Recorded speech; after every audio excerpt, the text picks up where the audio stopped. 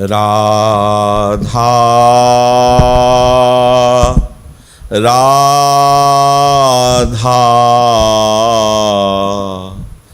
राधा श्री राधा राधा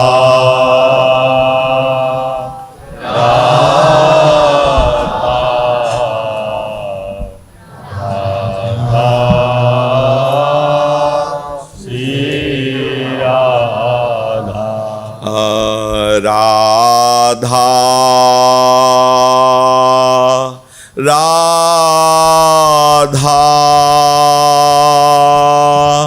राधा श्री राधा राधा राधा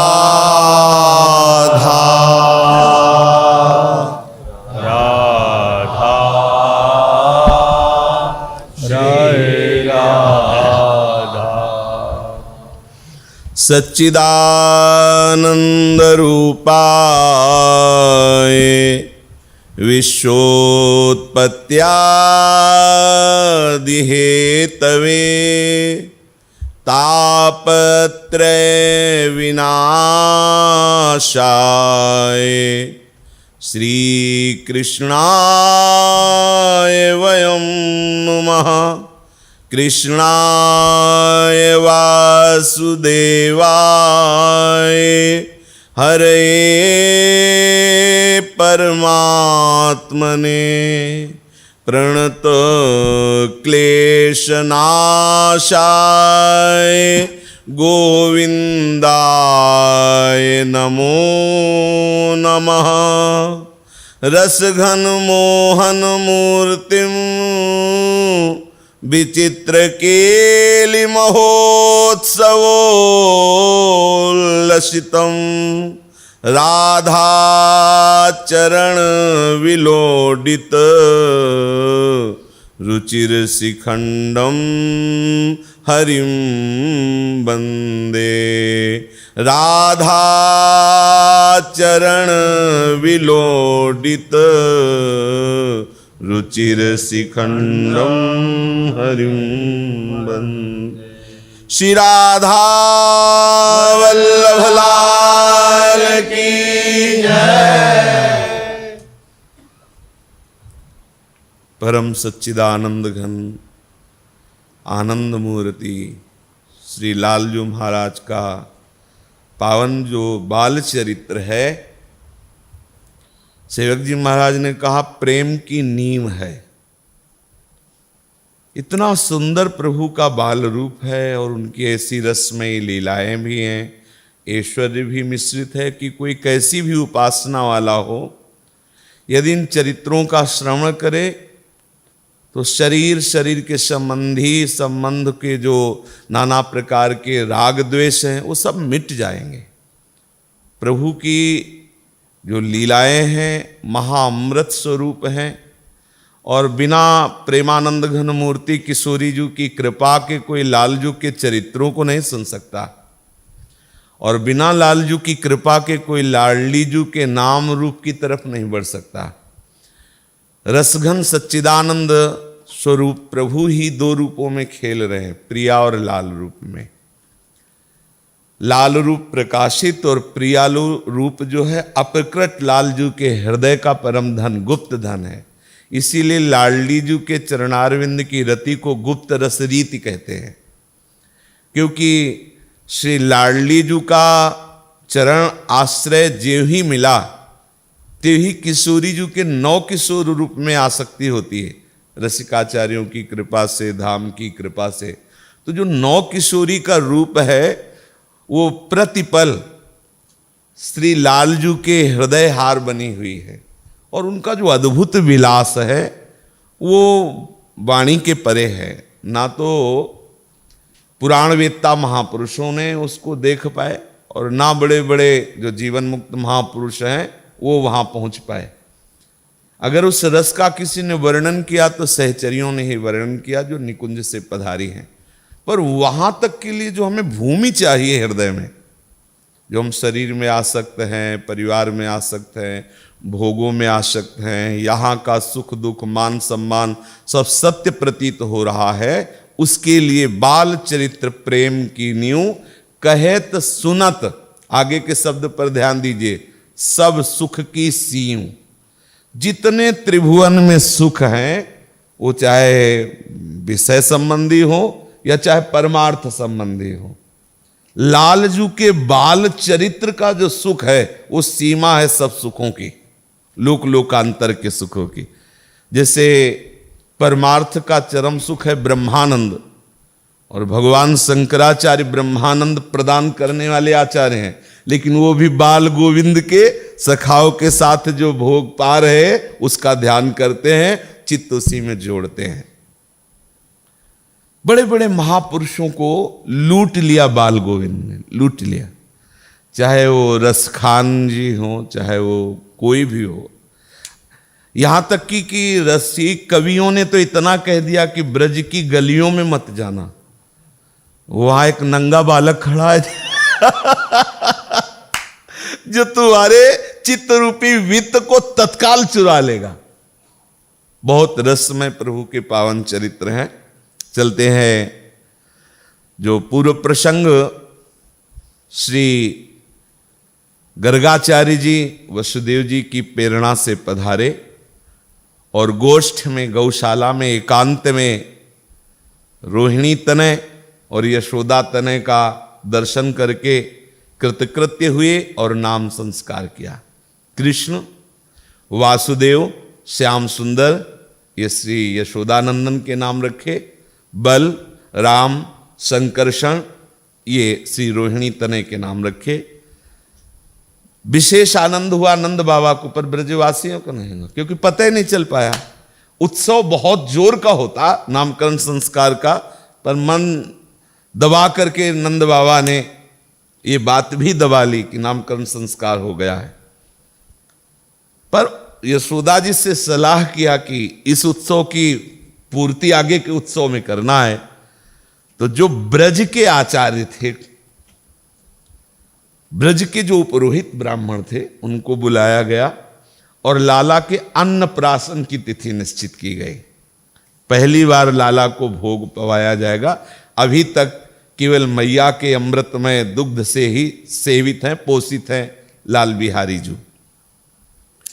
जे ही ब्रजरानी को पता चला संध्या काल में कि कल प्रातः काल से अन्नप्राशन उत्सव है लालजू का, पहले से ही तैयारी नंद बाबा कर चुके थे। मैया को कम बताते थे, क्योंकि मैया एकदम भाव में डूब जाती थी, एकदम उत्साह में भर जाती थी। पूरी रात मैया सोई नहीं। मैया रात भर जगती हुई लाला के मुख को निरखती रही। ये प्रेमी जन जानते हैं रात कैसे कटती है प्रेमियों की, सिर्फ प्रेमी जन जानते हैं, दूसरा नहीं जानता। या तो दो प्रेमी मिल गए तो चर्चा में कटती है, और नहीं सिसकने में कटती है। महापुरुषों ने अनुभव करके उसको देखा है और फिर कहा है, कबीरा सब जग सुखिया खावे और सोवे, दुखिया दास कबीरा जागे और रोवे। एकांत समय होता है, निद्रा देवी कैसे आवे, क्योंकि प्रीतम के मिलन की आग लगी है, तो उस एकांत में प्रीतम की याद में वो सिसकता रहता है, रोता रहता है, पुकारता रहता है। और यहां तो प्रीतम सामने हैं, वात्सल्य सिंधु मैया। इसीलिए जो यशोदा जी के भाग्य हैं वो किसी के भाग्य ऐसे ले जैसे यशोदा जी के भाग्य। ऐसा श्री सुखदेव जी ने भी कहा, भगवान व्यास देव जी ने भी कहा। सारी रात एक क्षण के लिए भी पलक नहीं लगी। कैसे रात्रि समाप्त हो गई। कल लाला का अन्नप्राशन है, उत्सव है। बार बार लाला के रूप माधुरी में डूबती हुई एक क्षण भी नींद नहीं आई। सुखमय मनोरथों की कल्पना में विभोर थी। लाला का अन्नप्राशन होगा, पहली बार लाला को क्या क्या बनाएंगे, क्या क्या पवाएंगे, बड़े भाव, ये तो भाव का विषय है। वो अपने लाला में तन्मय हो रही थी। प्रातःकालीन शमीर वायु, प्रातःकाल वायु मात को जब स्पर्श हुई मैया को, तब उनको चेतना हुई। सोई नहीं लेकिन जगी भी नहीं। लाला के प्रेम में पगी बेशुद्ध रही, उनको शुद्ध भी नहीं है। जब शीतल वायु लगी तो प्रातः काल हुआ, ऐसा अनुभव में आया। श्री लालजू के अन्नप्राशन के उत्सव के लिए हृदय में विविध लहरें उठी रही थी। कृष्णमय मन, कृष्णमय प्राण, कृष्णमय नेत्र श्री यशोदा जी के। तत्क्षण स्फुरणा हुई कि अरे जब तुम्हें शीतल वायु लग रही तो लाला को भी तो लग रही होगी। तो देखा तो कुछ इधर उधर श्री चरण चलने से वस्त्र हट गए थे, उनको उड़ाया। और ब्रजवासियों को पहले ही सूचना हो गई थी कि कल अन्नप्राशन है। तो यशोदा जी लालजू के श्रीअंगों से हटे हुए वस्त्र को संभालती हैं, फिर धीरे धीरे लाला को जगने न पावे गोद में ले लेती है और लाला को वक्षा स्थल से लगा करके वो आंगन की तरफ आती है। वहां तो पहले ही ब्रज गोपियों की भीड़ लगी हुई थी, लाला का अन्नप्राशन होना है। श्री यशोदा जी बार बार भ्रमित होती है कि मैं स्वप्न देख रही हूं कि जग रही हूं। कहीं मैं स्वप्न तो नहीं देख रही, तो अपने को ही छूती कि नहीं नहीं जग रही हूं। ऐसा होता है प्रेम में, ऐसा होता, बुद्धि शिथिल हो जाती है। फिर मन में सोचा अब लाला को जगा दें, क्योंकि प्रातःकालीन बेला है, स्तनपान कराएं, रात में भूख लगी होगी। फिर सोचती देखो शीतल वायु चल रही, कितने चैन से सो रहा सोन। ऐसे सखियां भी हैं, जब प्रातः मंगला के लिए पहुंचती तो आपस में सलाह करती कि अब वहीं नेक सोए हैं, अभी तो सोए हैं, थोड़ा सो। तो दूसरी सखी कहती कि देखो तुम जो कह रही हो हम आदर करती तुम्हारी बात का, तत्सुख भाव से प्रेरित होकर आप भी कह रहे, लेकिन मेरा हृदय विकल हो रहा है कि पूरी रात हुई, भूख लगी होगी, युगल सरकार को जगाया। ठीक वात्सल्य भाव में डूबी हुई मैया भी इसी झूले में झूल रही। एक मन कह रहा जगा दूं और दुग्ध पान कराऊं, तो दूसरा मन कह रहा देखो कितने आनंद से सो रहे हैं, सोने दो। मैया श्री लालजू के अंग अंग का सौंदर्य निरख नहीं रही, पान कर रही है। प्रेमी जन रूप देखते नहीं है, करत पान रसमत परस्पर। जैसी थरिवंश निकट दासी जन लोचन चसक रसासो गटकत। गटकत नेत्रों के द्वार से अपने आराध्य देव के रूप रस को गटकते हैं प्रेमी जन, देखते थोड़ी है, पान कर। ऐसे यशोदा जी एक एक अंग माधुरी का पान कर रही हैं। इतने में दृष्टि से थोड़ा वस्त्र हटा लालजू के वक्षा स्थल के, तो वहां पहुंची दृष्टि तो देखा श्री वत्स का चिन्ह करोड़ों बिजलियों जैसा चमक रहा है। लालजू के वक्षा स्थल में श्री वत्स श्री लांछन का चिन्ह है। मैया ने सोचा कि रात में सुलाते समय तो ये नहीं था, ये क्या हो गया। तो हो सकता है मैया भावना कर रही कि मैं ऐसा सोच रही हूं मेरे स्तनों से वात्सल्य के कारण दूध झरा हो और उससे ये बन गया हो, तो ऐसे से मिटा रही मैया। और तेजस्वी श्रीवत्स श्री लांछन चिन्ह दिखाई दे रहा है।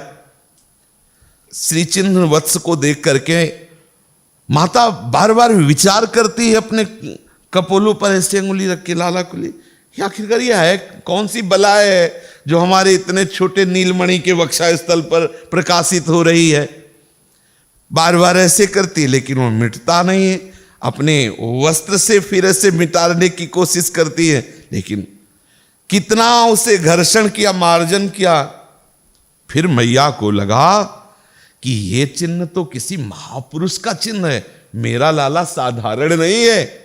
मैया कह रहे वक्षसि दक्षिण भागे मृणाल तंतु क्षोध सोदर सुभग सुस्निग्ध श्रीवत्साख्य रोमराज लक्ष्म लक्षयित्वा स्तन्य कण रस निपात विन्यास विशेषो यमिति पुनरपि मृदुतर चीन सिचयांचले पर सिचयांचले नापसारयन्ति यदा तन्नापसरति तदा किमपीदं महापुरुष लक्षणमिति चिन्तयन्ति। जो बार बार मिटाने की कोशिश करके, मार्जन करने की कोशिश करके देख लिया और नहीं मिटा तो महापुरुष लक्षणमिति चिन्तयति, वो सोचने लगी कि मेरा लाला कोई साधारण नहीं, महापुरुष है, इतना तेज वक्षा स्थल से प्रकट हो रहा है। एक क्षण के लिए भ्रमित होती है, फिर संभल जाती हैं, नहीं मेरा लाला तो मेरा लाला सिर्फ है। फिर लगता नहीं कई ऐसे चमत्कार हुए हैं, कुछ लाला में ऐसा है। अवश्य ही अंतर्वृत्ति में माता डूब रही है। फिर अपनी जननी को इस झूले से निकालने के लिए लालजू ने नेत्र खोले, मंद मंद मुस्कुरा दिए। जे ही मंद मुस्कुराहट हुई, सब विचार खत्म, डूब गई उनकी मंद मुस्कुराहट में। धीरे धीरे सूर्योदय होने की वेला है। बहुत सी गोप सुंदरियां यमुना स्नान करके गान करती हुई नंद प्रांगण में एकत्रित हो रही हैं। घड़ी भर अभी दिन चढ़ा है कि बूढ़े बूढ़े नवयुवक सब गोप, क्योंकि लाला का अन्नप्राशन होना है, आ रहे गोपियां स्नान करके मंगल गान करते हुए आ रहे हैं। पूर्व महिलाओं के लिए कोई रोकथाम तो है नहीं, सब आकर के आंगन में विराजमान है। नंद नंदन के अन्नप्राशन का उत्सव मनाया जा रहा है। पूरे 84 कोस में सूचना नंद बाबा ने दे दी है, क्योंकि नामकरण संस्कार गुप्त हुआ तो इसको प्रकाशित करके खूब ब्रजवासियों की सेवा की भावना से ऐसा। कुछ गोप सुंदरियां तो सीधे स्नान करके गीले वस्त्र ही नंद बाबा के हाथ और कहती अन्नप्राशन के उत्सव में आज हम नए वस्त्र ही यही धारण करेंगी। ब्रज गोपियां हैं। जो अल्पवयस्क पुत्र वाली हैं वो अपने घर से श्रृंगार करके पुत्रों को लेके आ रही हैं। छोटे छोटे शिशुओं को गोद में लिए हैं। कोई थोड़ा उनसे बड़े तो अंगुली पकड़कर चलाती हुई मार्ग से आ रहे हैं। मंगल गीत गाए जा रहे हैं। गोप सुंदरियों की मधुर कंठ ध्वनि से सुमधुर स्वर और झनझन झिनझिन रुंझुन रुंझुन कंकण किंकणी नूपुर ध्वनि राजपथ से ऐसी प्रकाशित हो रही है। जब गोप सुंदरी आ रही तो कंकण किंकिणी नूपुर आदि की ध्वनि हो रही है और मंगल गान गा रही है। उपनंद जी ने आदेश दे रखा है कि आज कोई भी ग्वाला गाय चराने नहीं जाएगा। आज लाला का अन्नप्राशन सब चक्र यहीं प्रसाद पाएंगे। ब्रजेंद्र नंदन लालजू के अन्नप्राशन के लिए सबको रोक दिया गया। सब उपस्थित होंगे, जब भोग प्रसाद पा लेंगे तब फिर गाय चराने जाएंगे। इसलिए गोप मंडली गौ सेवक सब एकत्रित हो रहे हैं। गौओं को हरित तृण डाल करके उनको जब चराने नहीं ले जाना है तो हरित तृण आदि से उनका उदर पोषण। अब जो सखागण है, गोपगण है, विशेष विशेष वेशभूषा। सखाओं की क्या विशेष वेशभूषा? सोना चांदी नहीं, कभी पीली मिट्टी कभी लाल मिट्टी, उससे श्रृंगारित करके अशोक का पत्ता, बरगद का पत्ता, पीपल का पत्ता, ऐसे ब्रजवासी जो लेला विशेष श्रृंगार करके नंद भवन की ओर भीड़ उमड़ पड़ी। शीघ्र से शीघ्र नंद भवन पहुंचने के लिए दूर दूर से ब्रजवासी आ रहे हैं।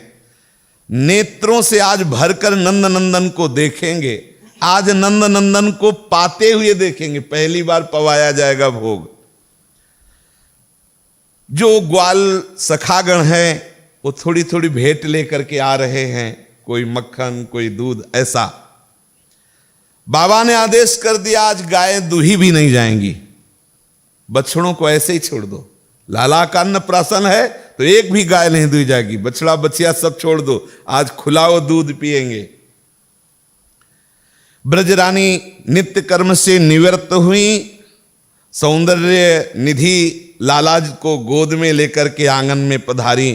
गोपांगनाओं की अपार भीड़ में शोर मच गया। जिस पधारे लाला तो जय हो जय हो, और बलिहारी बलिहारी ऐसे सब गोपियां बोलने लगी। आसपास से गोपियों की भीड़ ने घेर लिया। ब्रजरानी रोहिणी जी को इशारा करती हैं कि इतने सब ब्रजवासी आए हैं, भंडार की तरफ भी देख लीजिए, क्योंकि सबको वो भोग पवाना है। और नंद बाबा ने विशेष भंडारे की व्यवस्था आज की थी।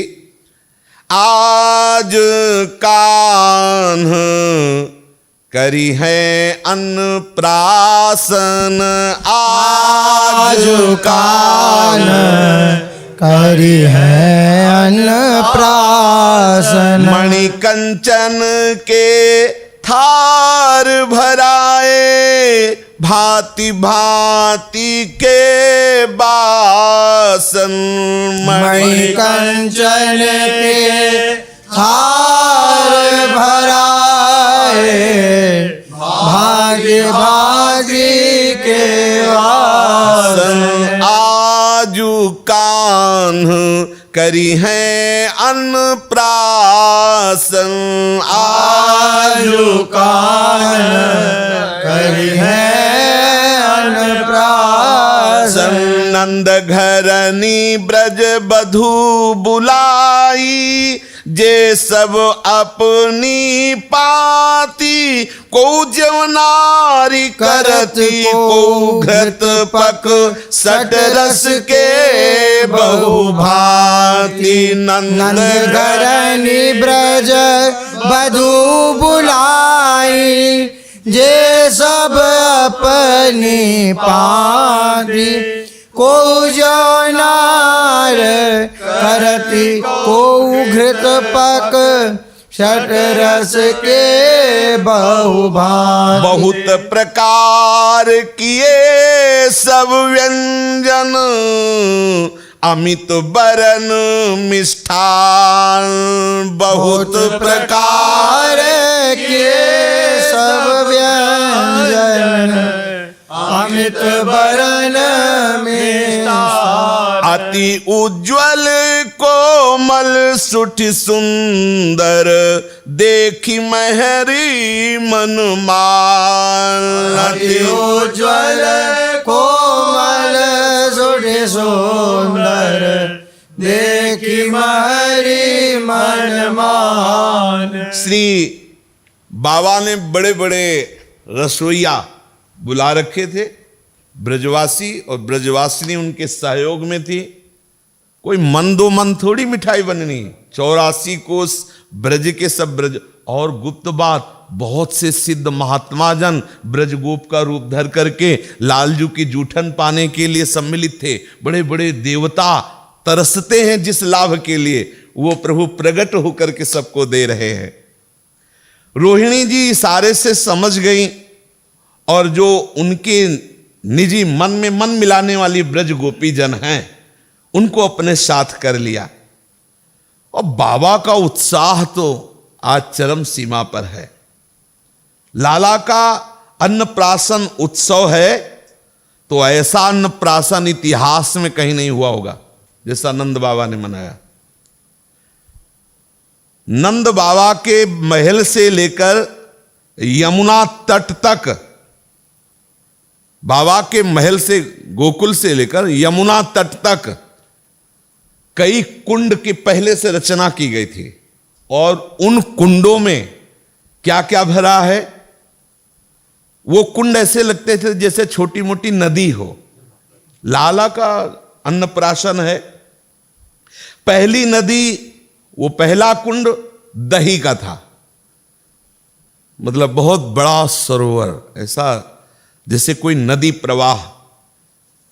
इसमें वर्णन आया है, दधि कुल्याम दुग्ध कुल्याम घृत कुल्याम प्रपूरिताम गुड कुल्याम तैल कुल्याम मधु कुल्याम च विस्तृताम नवनीत कुल्याम पूर्णाम च तक्र कुल्याम यदृच्छया सरकरोदक कुल्याम च परिपूर्णाम च लीलया। जो पहला कुंड था वो दही का कुंड था, उज्जवल धवल दही का कुंड भरा हुआ है। फिर गोदुग्ध का कुंड, गाय के दूध का दूसरा तालाब, सरोवर मतलब तालाब है, ऐसा नहीं कि 1000-2000 लीटर, तालाब भरा हुआ, दही का तालाब। इसमें तो कुल्याम माने होता छोटी नदी, और दूध का तालाब, उज्जवल शीतल दुग्ध लहरें ले रहा है जैसे वायु आती है दुग्ध की। तीसरी है गाय के देसी घी की। गाय का जो देसी गाय का घी होता है पीत वर्णा होता है, स्वर्णिम कांति, पूरा कुंड स्वर्णिम दिखाई दे, घी भरा हुआ है लबालब, घी की खुशबू आ रही है। चौथा कुंड वही यही ब्रज के गन्ने से बना हुआ गुड़ का है, पूरा कुंड भरा हुआ है गुड़ से, पीली शोभा गुड़ की प्रकाशित हो रही है। मानो ऐसा लगता है कि शीतलता के कारण पीतवर्ण पिंडाकार हो गया हो, ऐसे गुण जमा है। पांचवी नदी है शुद्ध सरसों के तेल की, सरसों के तेल की, वो भी पीतवर्ण का एकदम निर्मल। मंद मंद गति से वायु जब, तो उसमें लहरें उठ रही, तेल में चमकती हुई लहरें सूर्य की किरणों से। फिर जो अगला कुंड है वो शहद का है, शहद का तालाब भरा हुआ है। इसीलिए पहले लिख दिया कि इतिहास में ऐसा अन्नप्राशन किसी का नहीं हुआ है। मधुधारा, शहद का कुंड। फिर जो सातवां कुंड है वो मक्खन का कुंड है, लबालब मक्खन, नवनीत मक्खन। कह रहे माखन चोर, देख लो, ऐसे वैसे बाबा थोड़ी है कि मतलब बेचारे कहीं 150 ग्राम माखन होगा अधिक खाने वाले कन्हैया तो इधर उधर चुराते घूमते हैं। मक्खन का कुंड है, अत्यंत शांत दिखाई दे रहा है मक्खन को, क्योंकि उसमें लहरें तो उठेंगे नहीं, मक्खन शांत श्वेत। फिर जो अगली नदी जैसा है वो है मठा का, तक्र, बढ़िया मठा, गाय के दूध के मठा का, और वो द्रुत गति से लहरें, क्योंकि जल अधिक है ना उससे, मठा में जल होता है तो लहरें ले रहा है। फिर आगे सरकरा का कुंड, शक्कर का कुंड। फिर आगे शरबत का कुंड है, बाबा के लाला का अन्नप्राशन है। फिर तंडुलानाम च शालीनाम उच्चैश्च सत पर्वताम, फिर 7 पर्वत है, ये तो कुंड है, 7 पर्वत हैं। पृथुकानाम शैल सतम लवणानाम च सप्त शैलांचर कराणाम लड्डुकानाम च सप्तम, लड्डू का पहाड़ ब्रजवासी पाएंगे कोई। चावलों का पहाड़ कितने, 100 सत, एक सत माने 100 पहाड़ चावलों के। अरे बाबा ने कैसा शोभा होगी, भावला करो कैसी शोभा होगी। चिवड़ा का अलग पहाड़, तंदूर मतलब चावल का अलग पहाड़, और नमक भी, क्योंकि प्रयोग में आए तो नमक का भी पहाड़ अलग अलग, लाल नमक, सफेद नमक, सेंधा नमक, बाबा और क्या। हाँ, फिर सरकरा के 7 पहाड़, शक्कर के, कैसे कैसे पहाड़, शक्कर होती है ना, एक एकदम सफेद शक्कर, एक पीली शक्कर, हो जो अलग ऐसे पहाड़ लगे हुए हैं। फिर लड्डू भी 7 प्रकार के, बोले मोदक मेवा पड़ा, काजू पड़ा, ऐसा बेसन का लड्डू, आटे का लड्डू, और कितने मंदो वाले पहाड़ के पहाड़ लड्डू।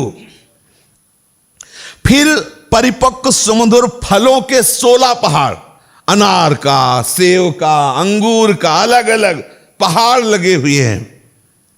फिर जौ के आटे तथा गोधूम का आटा अर्थात गेहूं का आटा, इसके चूर्ण बना के, पंजीरी बना के, आटे की पंजीरी के पहाड़ लगे हुए हैं। कौशल से निर्मित पंजीरी, ऐसी पंजीरी थी कि आटा और चीनी मिला के रख दी, कौशल कलापूर्ण, अगर चखो तो पाते चले जाओ। अत्यंत सुस्वादु,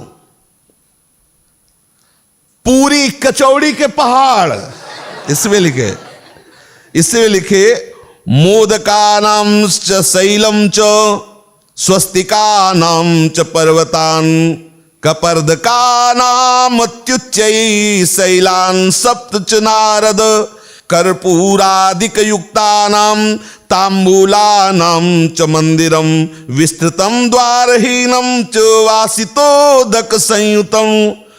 ये पूरी का पहाड़, कचौड़ी का पहाड़, मांगना थोड़ी कि पूरी पूरी, एक पहाड़ लगे हुए हैं। और कचौड़ी भी कई तरह की भरी हुई अलग अलग पदार्थों से, देखते ही लड्डू पूरी कचौड़ी को रोमांच हो जाए, ऐसे खुशबू ऐसी आ रही है। और फिर इसके बाद एक पहाड़ सुवासित पान का है, सुगंध से युक्त पान का बीड़ा लगा हुआ है, पहाड़ लगे हैं पान का बीड़ा। ब्रजवासियों को पान भी तो पवाना है, कर्पूर आदि मिश्रित उस पान का।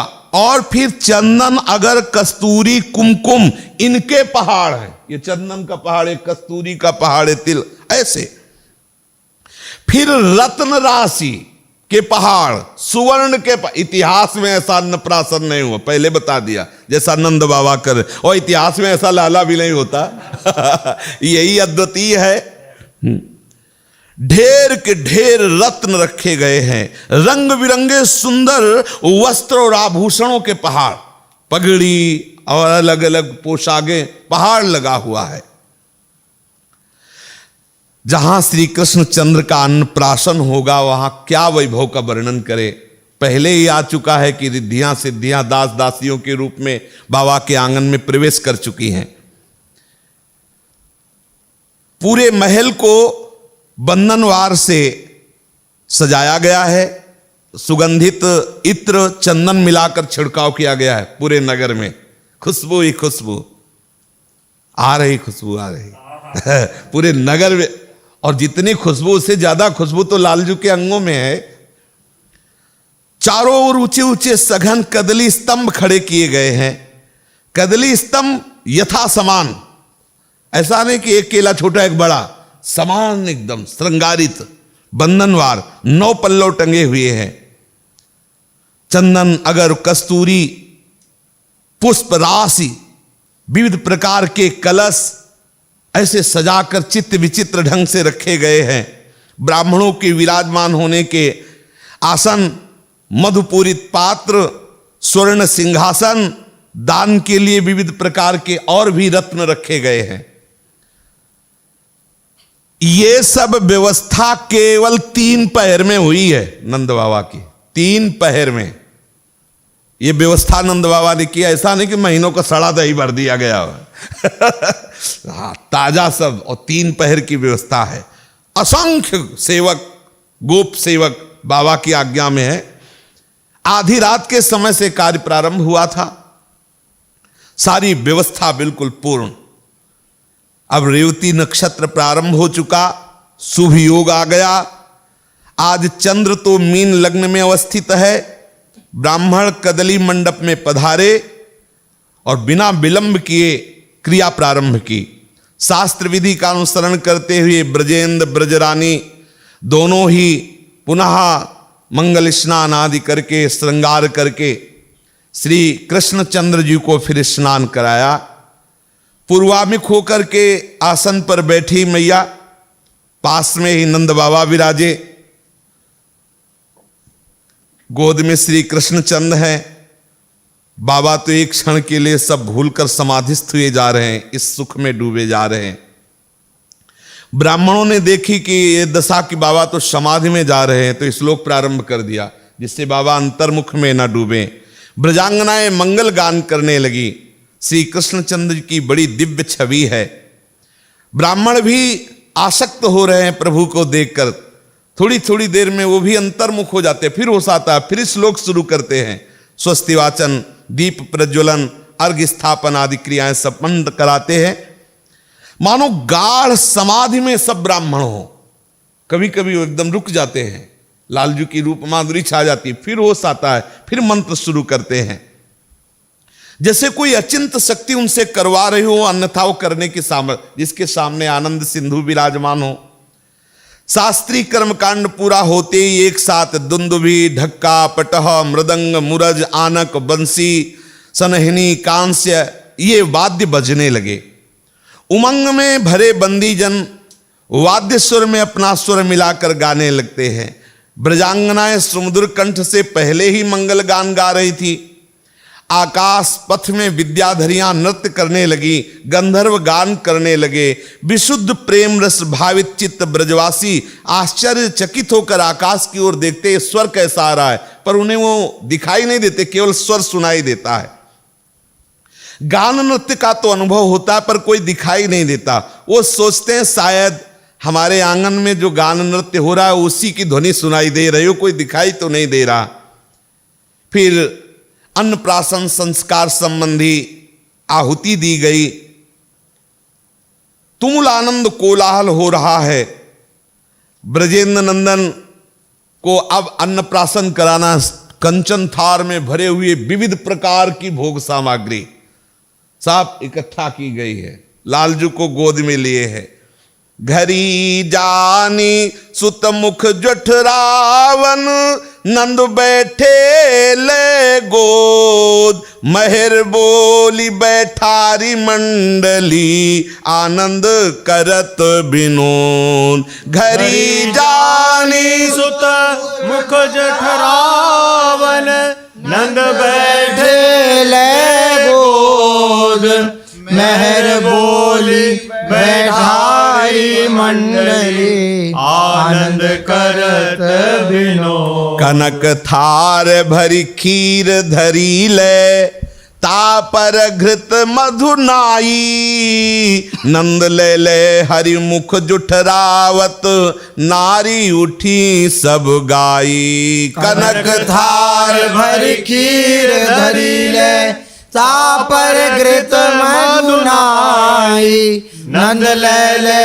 हरि मुख जुठरावत, नारी उठी सब गाय। सट रस के परकार जहां लगी, ले ले अधर छुआवत, विश्वंभर जगदीश जगत गुरु, परसत मुख करुआवत। सट रस के परकार जहां लगी, ले ले अधर छुआवत, विश्वंभर जगदीश जगत गुरु, परसत मुख करवावत। बाबा अपनी गोद में लाला को लिया। सब ब्रजवासी जन सब देख रहे हैं। पहला अन्नप्राशन कराया जाएगा तो सुंदर खीर मधु शहद से मिली हुई लालजू के अधरों में चाटा, अच्छा लगा। अब और भी पदार्थ इसके बाद जो सटरस में कड़ुआ खट्टा भी तो लगाना है। तो जिस समय तीक्ष्ण कटु अम्ल लवण ये रस ऐसे लगाते ना, तो लालजू ऐसे करते। खट्टे को तो आकृति बनती है ना, छवि बनती है ना। ब्रजवासी जन देख, जब खीर मधु सहित मिश्रित लगाया गया तो बड़े आनंद से चार, और जब नमकीन तीक्ष्ण खटा, क्योंकि सब प्रकार के भोग हैं तो जे भी लगाते हैं। तो सट रस के परकार जहां लगी, ले ले अधर छुआवत, विश्वंभर जगदीश जगत गुरु, परसत मुख करुआवत। वैसे ही शोभा बनाते हैं।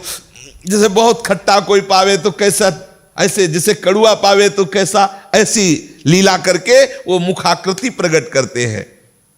उस बाल माधुरी का रूप देख करके ओठ सिकोड़े हुए लालजू को देखकर सब हंसने लगते हैं। यशोदा मैया, नंद बाबा।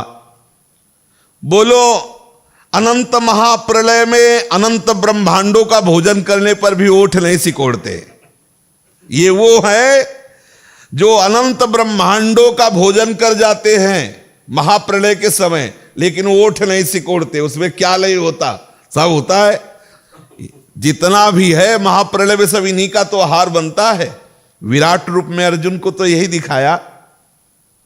वो कणिका मात्र तीक्ष्ण कटु आदि रसों को मुख में नहीं ले सकते और मुख विकृत करके दिखाते हैं। कैसी महामहिमामयी लीला है। ब्रजेंद्र को भी ऐसा ही प्रतीत हुआ कि हमारा अत्यंत सुकोमलतम कमल के सदस्य जिसके अधर है, मुझे खट्टे पदार्थ नहीं रखने चाहिए, इनके अधरों पे बस दिखा देना चाहिए। अगर वो करना भी है ऐसा कि भाई पूरा संस्कार पूर्ण करना अन्नप्राशन का, तो सब पदार्थ तो हमें दिखा देना है, खट्टे पदार्थ इनके ओठ में भी नहीं रखने, बाबा ने ऐसा कहा। क्योंकि ये हम में कठोरता नहीं कि ऐसा देख सके कि ये रस इनके मुख में लगा है, उनको ऐसा लगे, इसलिए अच्छे अच्छे पदार्थ पवाने चाहिए। तनक अपने वस्त्र से लालजू के ओठ पोछे और कहा कि अब इनको जो पसंद है वो पवाओ। तो माखन मिश्री लालजू के वो तो अपने फिर ओठ ले। तो तनक तनक जलधर पहुंच के जसुमती पे पहुंचाए, तनक तनक जलधर पहुंच के जसुमती पे पहुंचाए। सुंदर सुगंधित द्रव्य जल से ऐसे मुख पोछा, फिर वस्त्र से पोंछकर अन्नप्राशन हो गया। यशोदा मैया की गोद में पधराया। ब्रजरानी की गोद में लालजू विराजमान है, बार बार हृदय से लगाती हैं।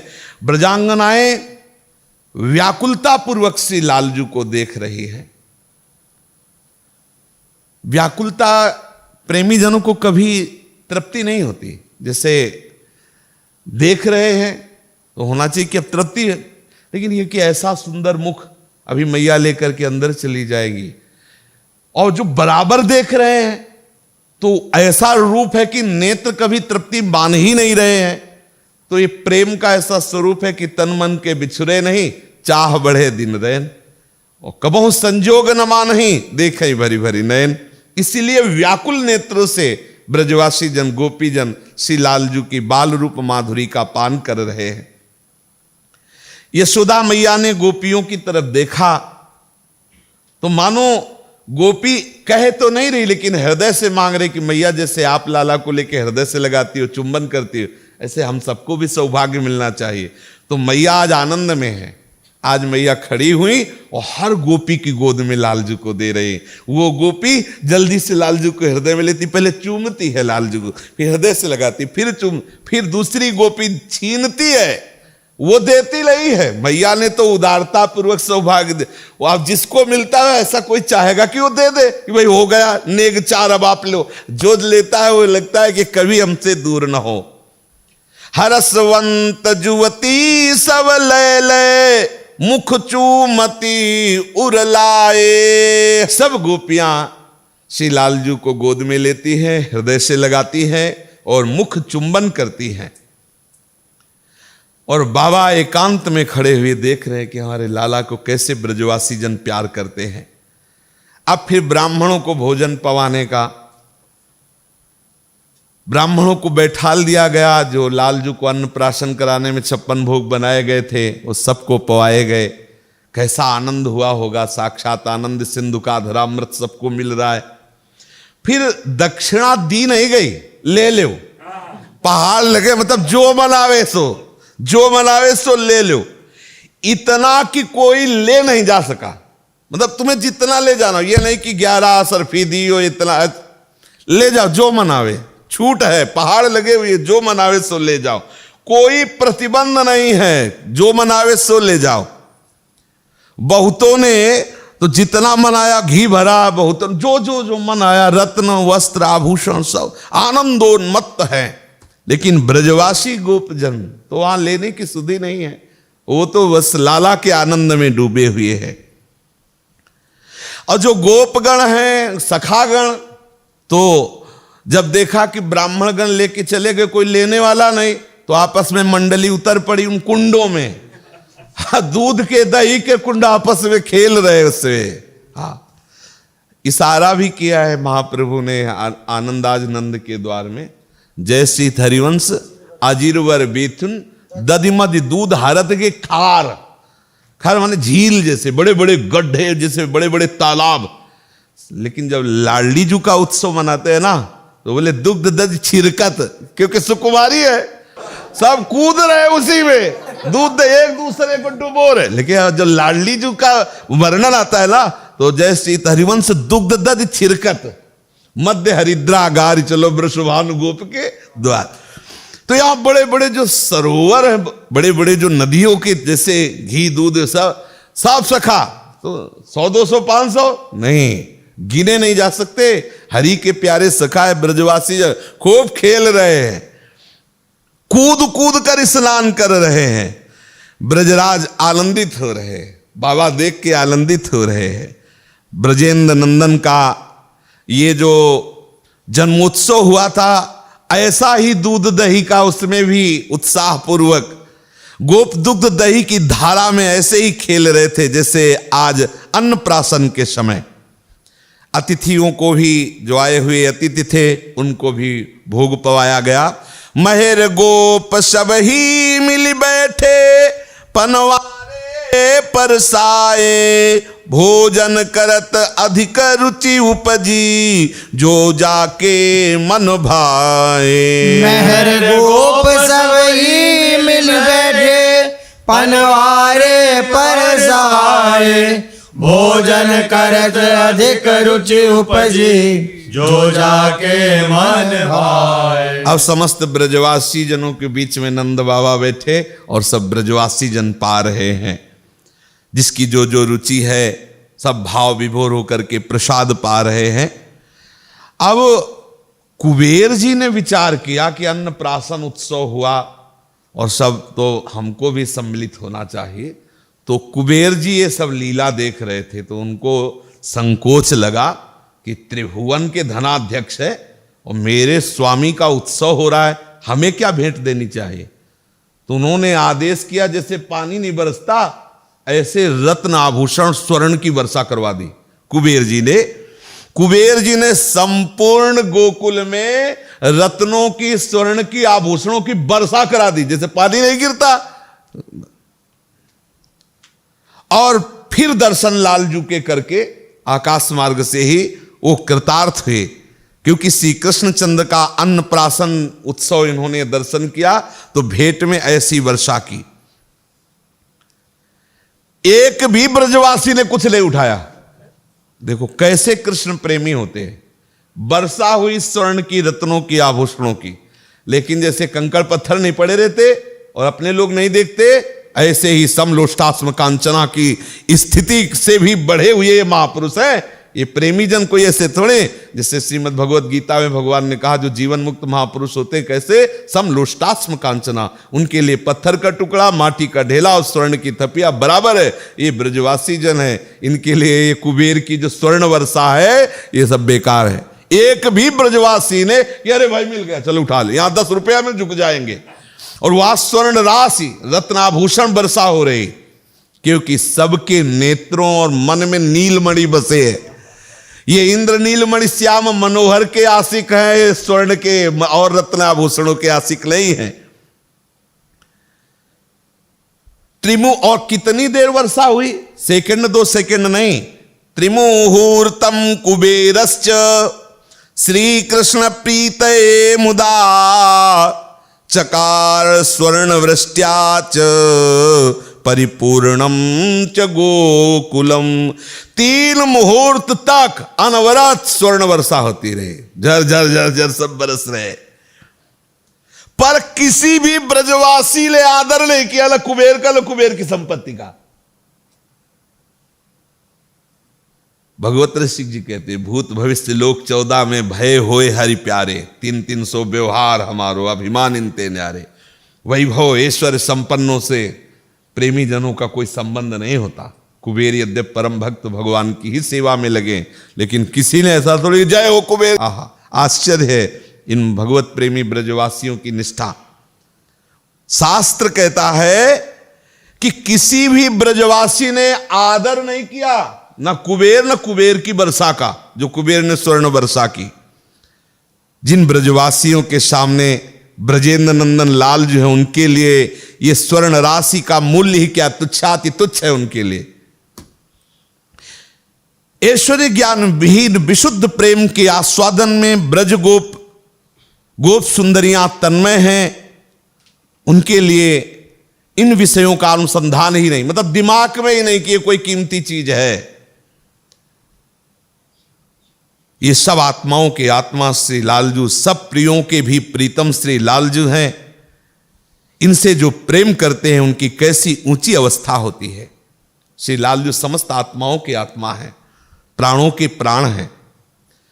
ब्रजेंद्र नंदन का अन्नप्राशन संस्कार पूर्ण हुआ। संध्या आई, रात्रि का समय आया। श्री लालजू को श्री यशोदा जी शयन कराती। जननी देखी छवि बलि जाती, जननी देखी छवि बलि जाती। जैसे निधनी धन ही पाए, हरस दिन अरु राती। जैसे निधनी धन ही पाए, हरस दिन अरु राती। जननी देखी छवि बलि जाती, जननी देखी छवि बलि जाती। बाल लीला निरखी हर सती, धन्य धनी ब्रज नारी। बाल लीला निरखी हर सती, धन्य धनी ब्रज नारी। निरखी जननी बदन किलकत, त्रिदश पति दैतारे। निरखी जननी बदन किलकत, त्रिदश पति दैता। धन्य नंद धनी धन्य गोपी, धन्य ब्रज को बास। धन्य धन्य गोपी, धन्य ब्रज को बास। धन्य धरणी करन पावन, जन्म सूरज दास। धन्य धरणी करन पावन, जन्म सूरज दास। लालजू को शयन कराते हुए यशोदा मैया बलिहार जा रही। लालजू की छवि देखकर जैसे निर्धन को बहुत धन मिल जाए तो जागते सोते उठते बैठते उसी के चिंतन में बार बार वो देखता है कि नहीं हो, ऐसे ही यशोदा मैया की दशा है। वो बाल लीला निरख निरख करके अत्यंत आनंदित होती। धन्य धन्य है यशोदा मैया जो लालजू की किलकारी, लालजू की मंद मुस्कान, लालजू की विविध लीलाओं का पान कर रही हैं। धन्य है नंद बाबा, धन्य है ब्रज की गोपियां और धन्य है ब्रजवास करने वाले ब्रजवासी जन, क्योंकि इस परम पावन भूमि को धन्य करने के लिए स्वयं प्रभु अवतरित हुए। 6 ऋतुओं ने सोचा कि सब आनंद ले रहे हैं, रिद्धियां सिद्धियां ऋषि मुनि, तो हम क्यों चूके। आपस में प्लान बनाया, संगोष्ठी की कि ऐसे ऋतु के अनुसार हम जाएंगे तो बहुत समय होगा, उत्सव तो अभी हो रहा है। तो बोले ऐसी शोभा विस्तार करते हैं किसी को ये हो ही ना कि ये ऋतु नहीं, मतलब जैसे थोड़ी थोड़ी देर में जैसे वृंदावन की शोभा का जब आता है तो बोले दिन ही शरद बसंत, अभी शरद अभी बसंत, ऐसे क्षण क्षण में ऋतुएं सेवा में लाडली लाल के रहती। जिस समय जैसी लीला की आवश्यकता तत्काल वही ऋतु विस्तार कर देती है। सब ऋतुओं ने संगोष्ठी करके लालजू के सेवा आनंद का कि अब जब अवसर आए तब तक हम बैठे हैं, ऐसा नहीं होगा, सब चलते हैं क्रमशः, क्षण क्षण में अपना विस्तार करके उनको सुख पहुंचाते हैं। तत्काल वर्षा ऋतु आई, श्याम घटा का विस्तार हो गया, रिमझिम सुहावनी बूंदे गिरने लगी नंद प्रांगण में। संपूर्ण गोकुल, ये बाहर नहीं, ये ब्रज की लीला के अंतर्गत है। यशोदा जी के मन में उत्साह आया कि इतनी सुंदर छोटी छोटी बूंदें गिर रही हैं, धीरे धीरे मेघ गरज रहे हैं, नील मेघ है, थोड़ा लाला को ऐसे 1-2 बूंदें पड़नी। ये क्यों आया? क्योंकि लाला वर्षा ऋतु को कृतार्थ करना चाहते हैं, इसलिए मैया के हृदय में, और वर्षा ऋतु इसी सेवा के लिए तो आई है। अतृप्त नेत्रों से वर्षा ऋतु अपने मूल, मेघ भी श्याम है ना, तो अपने मूल श्याम सुंदर को अपनी इच्छा पूर्ति के लिए आंगन में आया देख करके पुलकित हो गए। ये सच्चिदानंदमय है। अतृप्त नेत्रों से नंद नंदन के सौंदर्य को निहार रही है और नाच रही है वर्षा ऋतु। नाच नाच के मानो ये कह रही कि बलिहारी जाऊं आपके चरणों में। आप कृपा करके बाहर आए आंगन में हमें कृतार्थ करने के लिए। आपका स्पर्श पा करके मैं कृतार्थ हो गई। श्यामता की एक पुट मेरे अंगों पर जो प्रकाशित हो रही है वो आपसे ही है। हे श्याम सुंदर, नवीन जलधर मेघ ने कहा, वर्षा ऋतु ने कहा, मेरे में जो श्यामता है वो आपसे ही है। नंदनंदन के अतुल श्यामल अंगों की कहीं अगर हमसे तुलना की जाएगी तो मैं सौभाग्यशाली होंगी। और प्रायः प्रेमी जनों ने ऐसा ही किया कि आज कैसी कांति, बोले नवीन जलधर की, नवीन मेघ के सवाल। तो वर्षा ऋतु मेघ कह रहे मैं कृतार्थ हो जाऊंगी जब इस तुलना में हमें किया। यद्यपि हमारे मूल है, इन्हीं के अंश से हम श्यामता धारण करती हैं। देखते देखते वो ब्रजेंद्र नंदों के श्री चरणों में प्रणाम करते हुए वर्षा ऋतु अंतर्ध्यान हुई। तत्काल शरद ऋतु का आगमन। ये कोई जान नहीं पा रहा है क्योंकि ऋतुएं सेवा में आ रही हैं।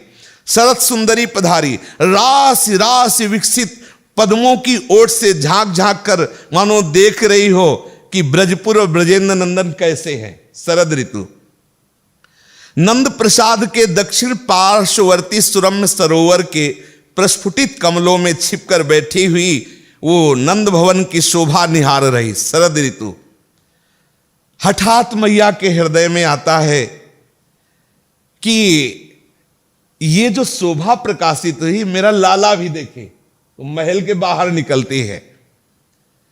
सरस सुंदरी ने देखा कि मेरे प्रीतम पधारे हैं मुझे कृतार्थ करने के लिए।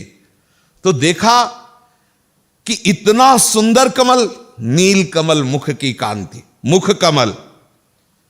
फिर देखा मुख कमल में दो और कमल, नेत्र कमल। फिर और देखा दो कर कमल। फिर और देखा नाभि कमल। फिर और देखा श्री चरण कमल। तो ऐसा लगा कि मुझे कृतार्थ करने के लिए अष्ट कमल खिले हुए हैं श्री लालजू में। इन अष्ट कमलों की शोभा बड़ी विलक्षण है। स्वप्न में भी शरद ऋतु ने ऐसे कमलों के दर्शन नहीं किए थे। मुख कमल, दो नेत्र कमल, दो कर कमल, दो चरण कमल, नाभि कमल। उसने अपने अंचल में भरे हुए अनंत कमलों का सौंदर्य एकत्रित करके श्री लालजू के चरण कमल में अर्पित किया। स्तब्ध होकर नंदनंदन को शरद सुंदरी देख रही शरद ऋतु अपलक नेत्रों से नंदनंदन को निहारने लगी और प्रबल आकर्षण व सारी शोभा बटोर करके अपने हृदय के प्रेम को वहीं विराजित कर दिया नंद भवन में।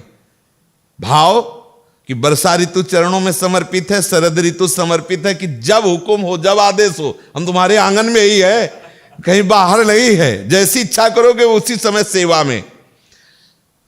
अब हेमंत ऋतु ने देखा कि शरद ऋतु सेवा अर्पित करके गई, तत्काल हेमंत ऋतु पधारी। हेमंत ऋतु में सरोवरों में धुएं जैसा, ऐसा कोहरा जैसा नहीं छा जाता ऐसा, तो ब्रजपुर में कोहरा सा छा गया। अब हेमंत ऋतु में हेमंत ऋतु को समस्या हुई क्योंकि ऐसे में मैया लाला को बाहर लेके काय को निकलेगी। शरद ऋतु में तो सुंदर पुष्प खिले हुए कमल आदि उनके दर्शन, वर्षा ऋतु में चलो एक दो बूंद लालजू के अंग पर पड़ जाए, पर मेरा बालक कहीं रुग्ण ना हो जाए, कहीं एक कोहरा दुख ना पहुंचा दे। जननी तो और ढक लिया श्री लालजू महाराज को। विचार किया कि अब कैसे दर्शन करे। हेमंत तो खड़ा खड़ा पछता रहा है कि लालजू के दर्शन हो, नंदनंदन के दर्शन हो। तब मैया ने जब दूसरे दिन स्नान लाला को कराने के लिए ऐसे तप्त जल जो शरीर के अनुकूल है और फिर सुंदर ऐसा जितना सह जाए ऐसा गर्म तेल मालिश, क्योंकि हेमंत ऋतु, तब उसको दर्शन हुए श्री लालजू के। अपनी आंखों से दर्शन करके हेमंत ऋतु खड़ा खड़ा श्री लालजू की शोभा को देख रहा है और उस शोभा को अपने आंचल में छिपा लेता है और ओस कण से मानो आनंद अश्रु प्रवाहित कर रहा हो ऐसा प्रस्तुत करता है। नंदनंदन की झांकी पा करके हेमंत ऋतु कृतार्थ हो जाता है। ठीक ऐसी ही दशा शिशिर ऋतु की होती। हेमंत के बाद शिशिर ऋतु आती।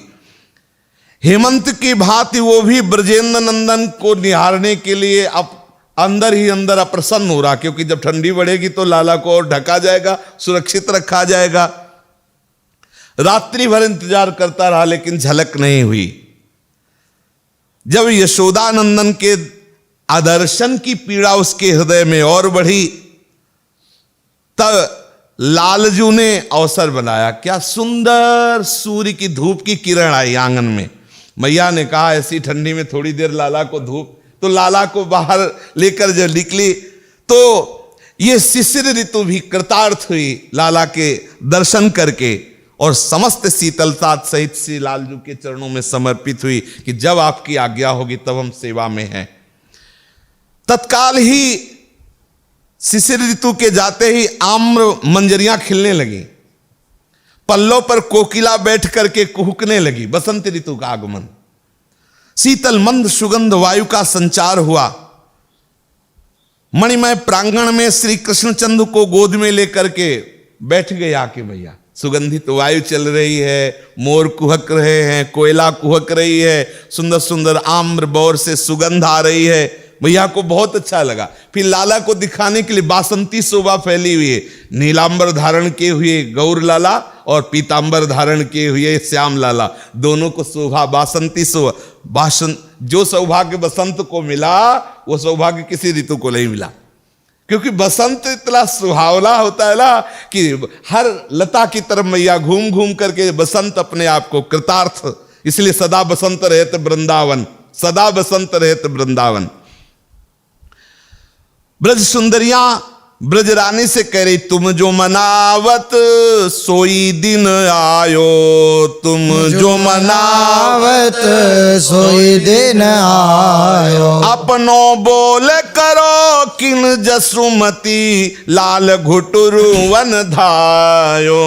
अपनो बोल करो किन जसुमती, लाल घुटरु वन आयो। मैया से दिखा रही, देखो उस लता को, देखो उस लता को। इतने में गोपी ने कहा, मैया मैया एक आश्चर्य की बात देखो। बोले क्या? बोले लाल जी घुटने के बल चल रहे। वो ऐसे दिखाती रह गई, कृष्ण बलराम घुटनों के बल चल रहे। बोले मैया जो मना रही थी तुम देखो आज दिन आ गया। क्या? अपने बोल करो किन जसवंत, लाल घुटनों धार। देखो देखो दोनों लाला गौर श्याम जोरी कैसे घुटनों के बल चल रही है। प्रतिदिन श्री लाल बिहारी की सेवा में बसंत ऋतु रहने लगी। प्रतिदिन, सब ऋतु में तो गए लेकिन बसंत ऋतु वही विराज। इसीलिए वृंदावन और ब्रज में सदैव बसंत। आगे का जो शेष लीला चरित्र फिर श्री राधा वल्लभ लाल की जय। जय जय श्यामा, जय जय श्याम, जय जय श्री वृंदावन धाम। जय जय श्यामा, जय जय श्याम, जय जय श्री वृंदावन धाम। पावन राधे तेरो नाम, पावन राधे तेरो नाम, पावन राधे तेरो नाम, पावन राधे तेरो नाम। पावन से वृंदावन धाम, पावन